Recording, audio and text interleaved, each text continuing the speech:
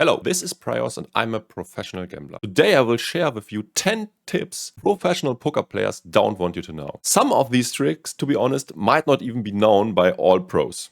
Some of these are also on the shadier side, but let's not get ahead of ourselves. The first 3 tips will be about result tracking softwares and heads-up displays. First, Holdem Manager and the HUD or heads-up display. You probably know about Holdem Manager and Pokertracker, but did you also know how much freaking information these stats can give you when used appropriately? A HUD doesn't equal a HUD. I highly recommend that you invest a lot of time and effort to build a customized HUD. Simply using the HUD supplied by default will not be sufficient enough. If you want your win rate to skyrocket, I recommend that you build your own customized HUD with all stats you might ever need. In addition to the HUD, you should also build customized pop-ups so you could get into even more detail. Let's make an example. A simple 3-bet stat doesn't do the job. You need it broken down to the position the 3-better is in and the position of the original open. Even more pop-ups are needed. For example, pre-flop, post-flop, and also continuation bet tendencies, to only name a few. If you don't have Holdem Manager or Pokertracker yet, you should definitely get it to not get run over. You will find a link in the description below. Second, this is a very dirty trick many poker pros use, and it's also related to Holdem Manager or Pokertracker, the tracking software. Its use is illegal on most sites, but it is also almost impossible to prove, which is why it is so popular, as the probability of getting caught is basically zero. People are buying millions of data mined Handhistories to play perfectly against every opponent, even the ones they never faced and against whom they should be readless. This obviously is very unfair for the honest player who might go into combat readless, while some others who buy Handhistories already know everything about them, although they never played a single hand together. This is even more unfair for all the fish out there, or how they are called nowadays, recreational players, as they will get targeted by way more players than they expect. People who shouldn't know anything about them yet might already know how bad they are based on the board Handhistories. In addition to get hunted way harder, further disadvantages for the recreational players result from the fact that the pro already knows how the fish plays exactly due to the hands he has in his database. Is he passive or does he play like a maniac? All this is known. In addition to data mined hands, there are also websites that offer similar services. By paying for a subscription, the player will get access to a database of players in which he could look up his opponents, including most relevant stats like VPIP, pre-flop raise, 3-bet percentage, win rate, and so on. The first site of this kind was called pokertableratings.com. This one does not exist anymore, but there are copycats out there already. I don't necessarily want people to go down this dark path, that's why I will not name any more. Third, Holdem Manager is even more powerful than already described. Holdem Manager is not only a powerful tool to analyze your own game, but also the one of your opponents. Sophisticated users will analyze you off the table and know exactly what your leaks and weaknesses are after going through the data sample. This works even better with data mined hands, as you need a large sample size in order to make the analysis count. It's not worth it to go through all the data of opponents you don't face very often, but it's extremely efficient if you do it for the other recs or recreational players you face very often. Going through the data of the more active fish might be even more profitable, as you will be able to do the perfect exploit, and also the fish will have more leaks than the other regulars. This pre-game analysis is even more unfair if the game is heads up. People might target you specifically if you are waiting for competition. What you don't know, your unknown opponent might already know everything about you, while you assume you never played him and that both of you are readless at this point. Fourth, if the site allows you to change your nickname every few months or so, definitely do so. You should do so because your opponents will then again be readless and all reads they gathered so far will be lost. If you are playing on a network, for example, like the iPoker network, definitely also consider to switch sides from time to time. This is also having the same effect. You will have a fresh start. People will not know who you are, at least not immediately, but you will still have all the reads on players who are not constantly changing their nicknames. People even often take this a step further and play under the name of friends or family, and this is strictly forbidden and considered multi-accounting, but this also is very hard to detect. If done smartly, people will most likely not get caught. This again is very sneaky and unfair. This is especially true for heads-up games. For example, a well-known crusher might get action again from weaker players because they think that this is a new unknown player, where in reality they are playing against a dude they don't want to play if he would come with his real name and not disguise his identity. In addition to that, the multi-accounter also still has all his reads made previously, while the other guy playing him, the honest guy, will go readless into the battle. Fifth, this is only a comparable small thing, but small things also add up and can increase your win rate even more. I basically never see anyone doing this, while in theory everyone should do it. When starting in the blinds, you are having a massive disadvantage on average because of being out of position. You can partly negate this by buying in as short as possible. If you actually want to buy in full, do it, but not then in the blinds, but then it's your turn on the button. If you lose most of your stack in early or middle position, consider not to top up until the blinds passed you. Also, don't rebuy when you are ultra short. Having, let's say, only 2 big blinds will give you a massive edge, especially if pots are often multi-way.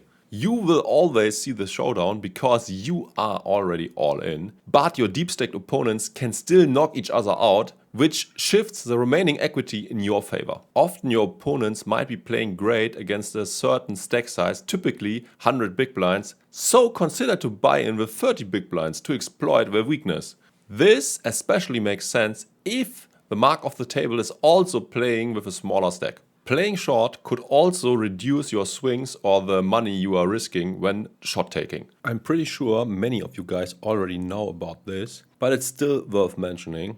This is the 6th trick, and this is also software related. It's an absolute must nowadays to train with poker solvers. Especially for pre-flop, it is very easy to get up to date. Everyone who is not using the ranges suggested by the solver or close to it will bleed away money against other decent regulars. I know many pros now will become lazy after learning pre-flop. They might also do some analysis for the flop too, but usually that's it. But if you really want to become one of the best, you should also train post-flop extensively, and this is not only including flop but also turn and river. Another mistake many aspiring poker pros make is not learning to play with different stack sizes. Most stick to 100 big blinds, while they should be able to make good decisions not only for that size, but also deep stacked or shallow. Even if you buy in 100 big blinds deep all the time, your opponents might buy in short, making the effective stack size 30 BB or something only. When training with the solver, you should try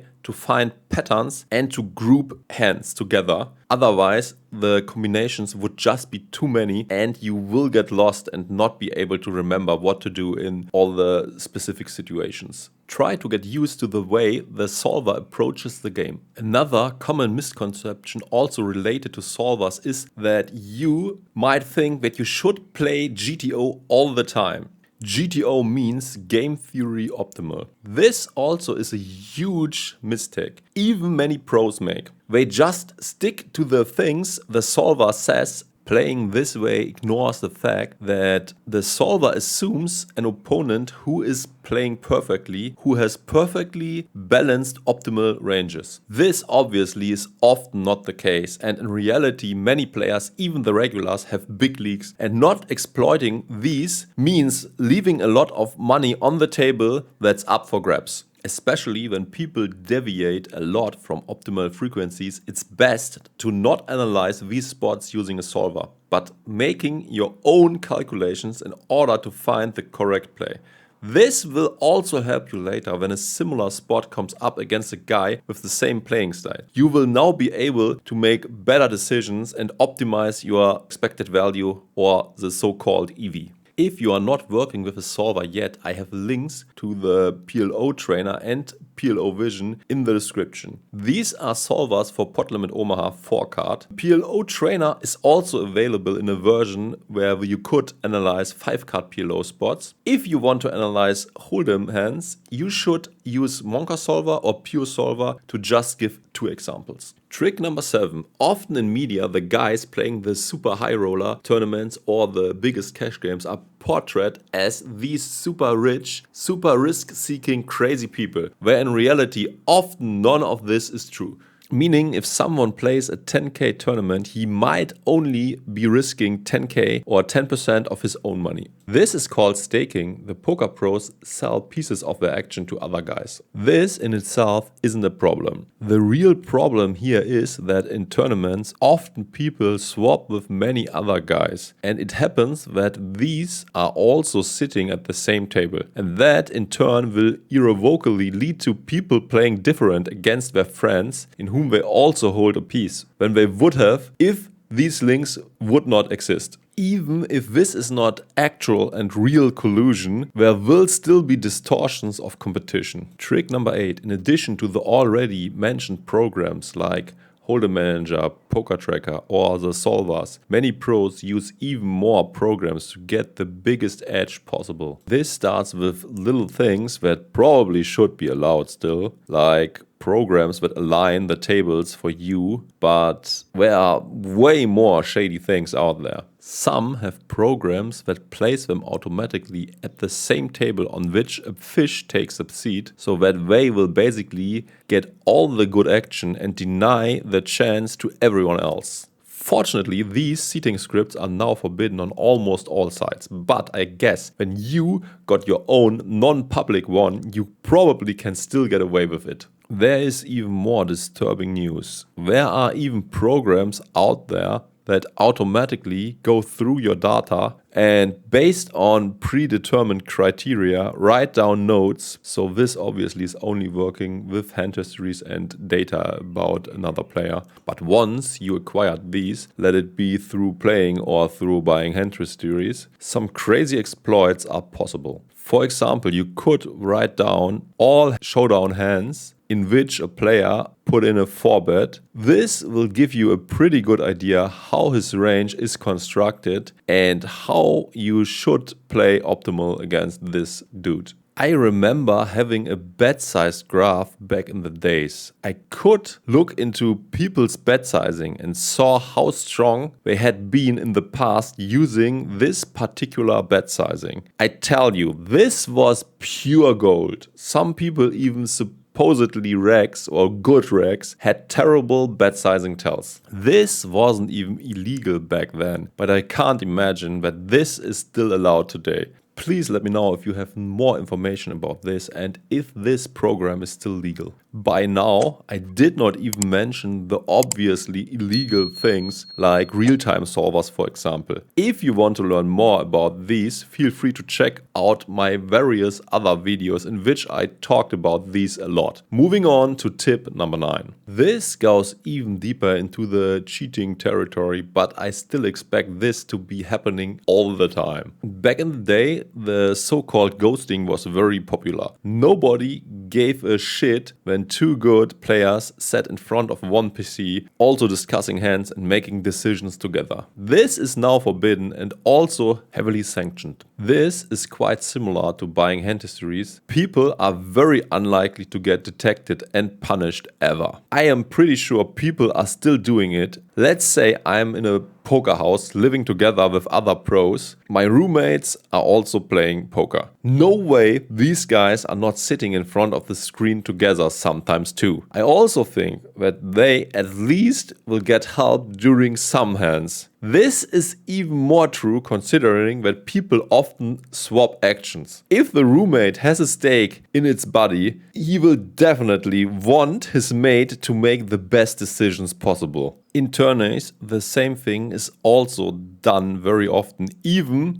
when people are not living together. And this is even true for people not living in the same house. It often happens that player will get coaching from an ICM expert once they have a deep run. ICM stands for Independent Ship Model, and this model basically dictates what to do given the stack sizes of the remaining players in a tourney. I will now give you an example where a player might misbehave and basically cheat the other guys in the tourney. Let's say the guy playing is a cash game player who just casually plays the Sunday Million sometimes. Then, all of a sudden, he finds himself to be the ship leader and big money is on the line. And he is not knowing what to do as he's no ICM expert. Poker players are often well connected and he probably knows another player who's playing tourneys for a living. And then he will call him and he might help him either as a favor or at latest when the financial incentives are right. He might give away some percentages in exchange for the help or pay the other dude by the hour. 10th, and this is a very short one. If you really want to maximize your EV, you should be playing on more than just one side. You should play on all major sides. Making sure that you always have the juiciest games available at all time. Not limiting yourself to one side only. Limiting yourself to one side only would be a big mistake. You might be thinking that we are now at the end, but this is not entirely true. I still got a bonus tip for you. This is not necessarily something pros don't want you to know, but this definitely is something that they don't want the sites they are playing on to know. People are getting paid for making deposits on bookies, casinos, or poker rooms. This is how it works. Most payment providers earn 1 to 4%, then you make a deposit to a site. These payment providers now got affiliates who earn on a revenue share basis. Then the referrals make a deposit, they will get a cut. This might be 20% of the revenue generated from the payment provider. Some of these affiliates now will give back cashback to the players to incentivize them to keep the money flowing. Usually the player will not be charged. The site takes the loss and expects you in return to make a minimum turnover before you withdraw your money. Unfortunately, sites know about this practice by now and will start charging fees or lower your deposit limits or start asking for higher turnover if you are identified as an abuser. So if you get a deal like this, definitely be careful and don't overdo it. Speaking about affiliate deals on payment provider, I am affiliated with Skrill and Neteller, and if you don't have an account already, feel free to use my referral link. I will let you participate in the gains as well. Unfortunately, PaySafe will only share the customer data with me in a sort of anonymized way. So that's why I cannot pay you unless you submit your email address and account ID. The best way to do so is to message me on Discord. If I'm not replying, please also write a comment under one of my videos in order to make sure that I got the message, because otherwise I might miss it or mistake it for a scam attempt or a random spam. At best, also don't make any payments until I got back to you and you got my okay. Sometimes something goes wrong when registering, but this can still be fixed as long as the account has no payment history yet. The deal will look like this. I will pay you 0.3% for every transfer to merchants, or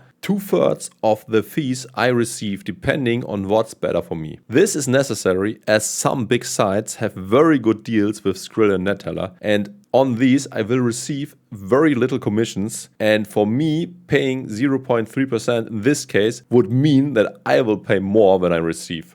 Thanks for watching. This was it. Please share this video with someone who might also benefit from it. Please like for the YouTube algorithm. Please consider to subscribe with bell notifications on in order to assure that you will not miss any future videos of mine. Take care. Bye.